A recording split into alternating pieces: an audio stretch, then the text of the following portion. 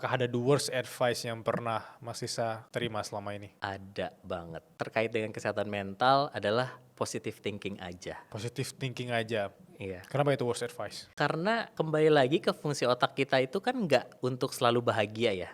Otak kita itu memang dirancang untuk merasakan semuanya. Dari mulai yang enak, yang nggak enak, dan yang netral-netral aja. Dari pengalaman positif dan negatif semua harus dialami. Tapi kalau kita cuma mikirnya positive thinking aja, itu tuh malah jadi ya toxic positivity tadi gitu. Dan menurut aku ketika aku lagi curhat tiba-tiba udah positive thinking aja.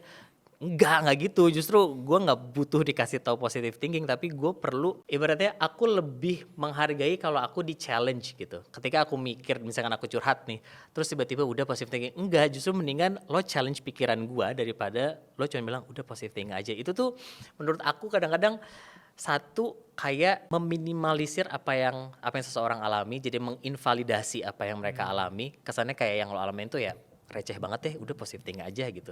Dan juga positive thinking juga jadi toxic karena ya kita nggak bisa gitu untuk selalu positif gitu. Dan nggak bisa di sini dalam artian positive thinking itu nggak menyelesaikan masalah, nggak menjadi solusi juga, tapi kita harus melihatnya secara lebih netral dan konstruktif gitu. Jadi kalau misalnya ada yang saran udah positive thinking aja, aku tuh kayak kesel banget gitu. Apalagi pernah kejadian lagi curhat-curhat udah positive thinking aja, kayak gimana?